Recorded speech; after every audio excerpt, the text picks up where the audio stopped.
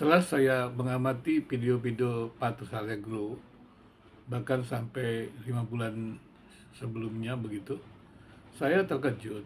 Ternyata Patus Allegro memang menyampaikan sesuatu yang sebenarnya hanya menimbulkan polemik saja.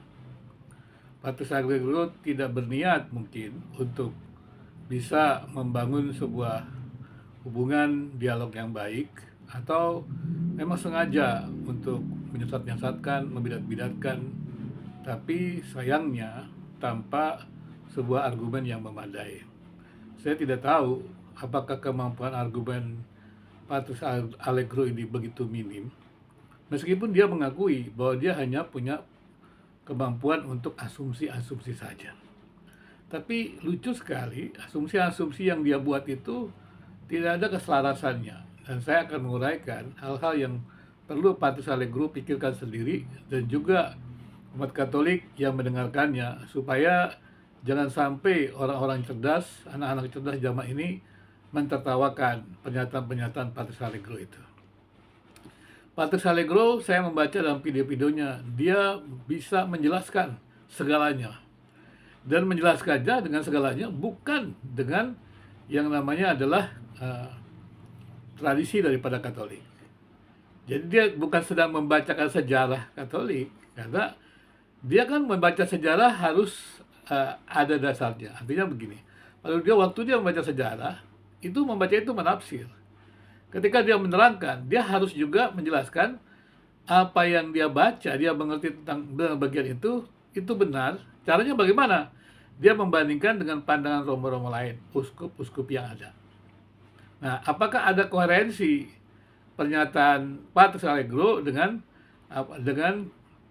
para uskup atau kardinal di Indonesia ini yang kemudian selaras begitu? Nah, ini harusnya dia membacanya. Kemudian ketika dia juga misalnya menilai pandangan tokoh-tokoh Protestan, dia juga harus melihat apakah dia membaca pandangan Protestan itu benar. Misalnya dia ketika menjelaskan Martin Luther agnostik, dia mesti menjelaskan apakah betul tuduhannya dia terhadap Martin Luther itu benar. Bagaimana caranya? Dia mesti lihat tradisi-tradisi yang ada, pandangan-pandangan uskup yang ada gitu. Nah, setelah itu barulah dia kemudian menjelaskan apa yang terjadi, apa kesalahan-kesalahannya, akibat-akibatnya, seperti itu. Jadi kalau saya lihat, Allegro ini lucu sekali. Dia buat klaim tanpa ada data-data. Dan klaim itu langsung dia tafsir sendiri. Mungkin dengan alasan dia nggak punya kemampuan apa-apa, cuma asumsi-asumsi.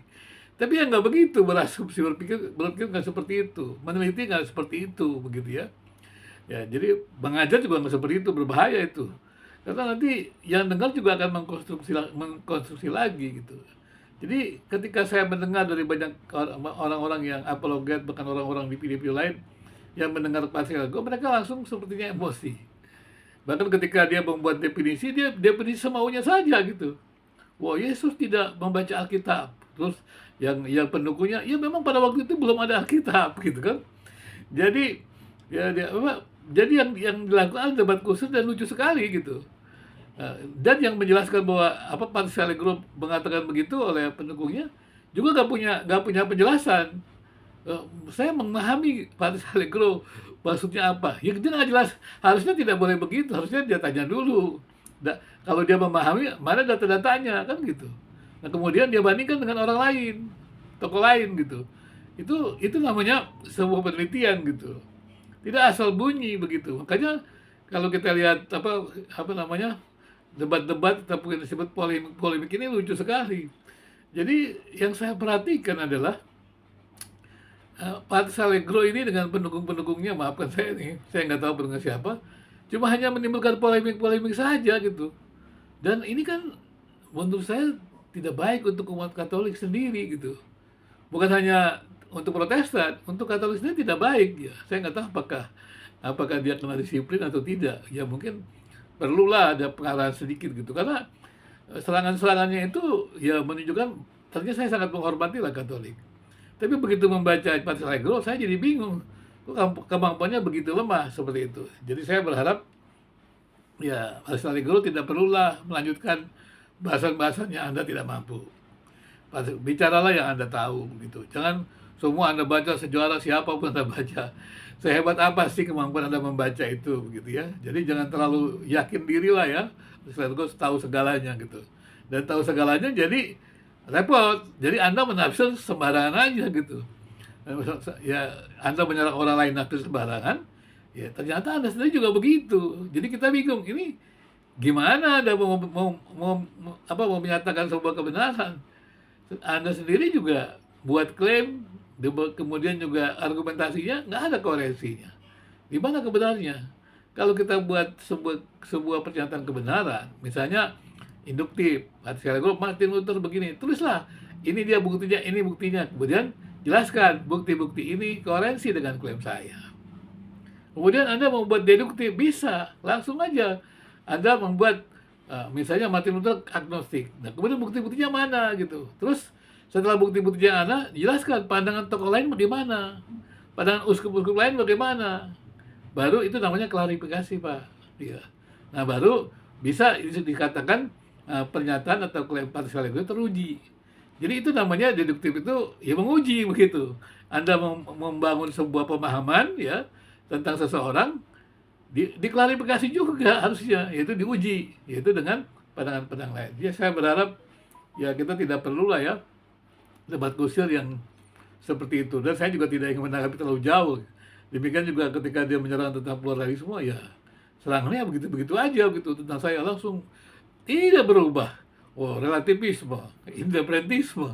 Dia nggak tunjukkan apa-apa, dia cuma baca kamusnya Webster. Saya bilang, gimana caranya sih seorang pemikir, seorang pengajar cuma baca tentang kamus Webster, langsung diterjemahkan. Kan harusnya kalau pluralisme itu kan dia baca kamus ini, dia bandingkan dengan kamus-kamus lain, gitu kan? Nah, setelah itu dia bandingkan dengan pandangan tokoh-tokoh yang ada, baru dia menyimpulkan. Ini enggak, dia baca langsung aja dia simpulkan begitu. Ya, generalisasinya sangat miskin gitu. Nah, berarti dia nggak punya teori untuk membaca persoalan. Nah, kemudian dia bacalah tuh. Dia baca Martin Luther, dia baca semuanya. Tapi dia nggak punya kerangka teorinya gitu. Sehingga akhirnya ya kacau balau begitu. Itu menimbulkan hanya ya polemik seperti tadi. Dan setelah saya lihat kok nggak ada untungnya mendengarkan seperti itu. Tapi ya sudahlah, saya hanya menawarkan kenapa kita tidak membangun sebuah hubungan yang baik dengan menawarkan dialog damai. Ya. Sekarang zaman sudah pintar, sudah maju. Masyarakat juga tahu apa cara berpikir segala macam. Literasi Indonesia sudah maju. Jadi bukan hanya seperti zaman Soekarno tersedia baca tulis, tapi kemampuan melihat yang tersurat dan tersirat. Dan seperti tadi, oh maksud saya bukan begini, ini orang sudah tahu tersirat dan tersurat. Kemudian bangunan teori, pengembangan teori, dan kemudian pengembangan baru, temuan-temuan baru. Itu literasi Indonesia. Jadi kalau di Indonesia masih dialognya seperti itu zaman Soekarno, ya tidak membangun apa-apa gitu. Ya saya berharap juga Pak itu mulai juga lah mengembangkan apa pikiran-pikiran yang bagus begitu, bukan hanya jadi seperti teman-teman yang lain mungkin ada sindiran hanya sekedar menjadi konten kreator ya, atau mungkin juga sudah mulai kesibukannya sudah kurang begitu, saya nggak tahu juga ya. Kalau saya memang bisa ini kebetulan memang ketika ada waktu-waktu seperti ini yang memang tadinya saya juga nggak begitu punya banyak waktu, tapi melihat kondisi ini ya saya juga siapkan, dan ya mudah-mudahan saya juga bisa menggunakan video YouTube ini sebagai sesuatu yang berguna ya, memberikan pelajaran gitu, karena kan sebagai seorang dosen kan harusnya bisa saya memberikan pandangan-pandangan yang berguna. Tapi yang saya lihat begitu, di chat saya juga begitu. Saya menjelaskan konsili Protestan, dilihatnya dari kacamata Protestan.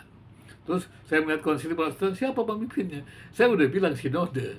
Ya sinode dari gereja-gereja itu, dia pikir sinode Protestan. Ya enggak lah gitu kan. Nah inilah kadang-kadang teman-teman harus tanya. Dia hanya mencari-cari kata yang ini apa pernyataan ini konsisten tidak gitu. Kalau tidak konsisten berarti salah kan gitu. Dia cari-cari seperti itu. Untuk zaman sekarang ini tidak perlu lagi belajar seperti itu menurut saya, dan masyarakat sudah tahu, cukup cerdas gitu. Jadi saya berharap dialog-dialog Katolik dengan Protestan ini menjadi sesuatu yang baik, membangun masyarakat, mencerdaskan masyarakat, berguna. Karena itu saya pernah tulisan, kalau memang romo-romo dengan para apologet ini berdebatnya seperti itu, maksudnya hanya debat kusir, Nanti masyarakat yang ngelihat, bahkan anak-anak SMA sudah yang berpikir tingkat tinggi, langsung lihat, ini kok begini ya? Untuk apa beragama itu kan? Kalau memang kemampuan orang beragama seperti ini gitu kan. Nah, saya pikir ini kan tidak terjadi dengan kita semuanya. Jadi polemik dari apa namanya Katolik dengan Protestan harusnya menjadi sesuatu yang eh, ada alternatif yang saling membangun. Yang saya selalu katakan, ayolah dialog damai. Artinya kalau dialog damai ya Patrice Allegro cobalah memang kalau benar menjelaskan sejarah Katolik, ya jelaskan aja gitu, jelaskan aja. Waktu menjelaskan Martin Luther, jelaskan aja gitu. Tapi jangan Anda menjelaskan semaunya Anda gitu loh. Mesti mendapat dukungan-dukungan fakta itu namanya akademis ya. Jangan semuanya sebuah serba serba tuduhan-tuduhan. Jadi akademisnya di mana? Jadi jangan lupa ya, mungkin buat saya ngajari. Jadi kalau Patrice Allegro bisa menunjukkan data-data dari seorang, baru buat klaim. Kalau buat klaim, tunjukkan data-data. Seperti itu. Ini kata, maaf loh, Pak Patrice bukan saya mengajari Anda, tapi saya juga bingung melihat cara-cara debat yang Anda lakukan itu. Bukan debat, katanya Anda tidak mau berdebat. Tapi yang Anda lakukan ya seperti itu. Ya, terima kasih.